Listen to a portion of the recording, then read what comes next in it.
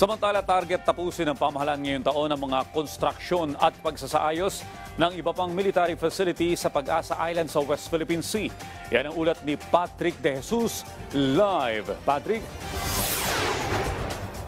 Audrey, patuloy yung ginagawang developments ng pamahalaan dito sa Pag-asa Island sa West Philippine Sea.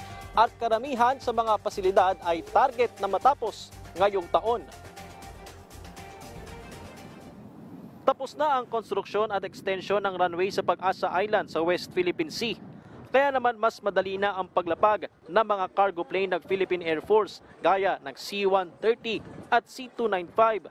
We'd like to really look at the future of Pag-asa Island, and hopefully, no, baka in the near future this can also be a tourist spot, no. So itong ating runway can also be used for civilian aircrafts na rin soon. Makukumpleto na rin ang itinayong hangar sa Pag-asa Island, pati na ang control tower para sa air operations ng isla.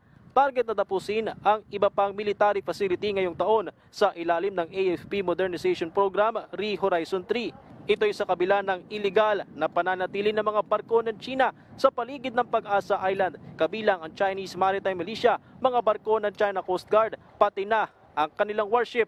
Tuloy-tuloy pa rin yung mga programa natin, not just for the Armed Forces of the Philippines, but for the whole island. So ang tinitingnan natin dito are multi-role facilities, no? Not just for the defense, but also yung HADR natin doon, and of course, paggamit na rin sa ating communities.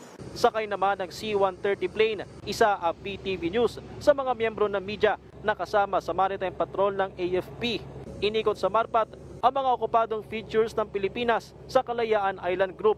Bahagi ito ng pag-iit sa karapatan at soberanya ng bansa sa West Philippine Sea.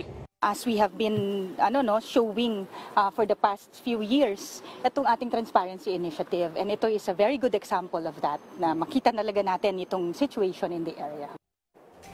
Audrey, bago nga makarating dito sa Pag-asa Island ay isang beses na nakatanggap ng radio challenge mula sa China, yung C-130 plane na ating sinasakyan. Sinagot ito ng mga piloto ng PAF at iginiit nga yung ating soberanya sa West Philippine Sea. At hindi naman nakaantala yung radio challenge para makarating tayo dito sa Pag-asa Island sa West Philippine Sea.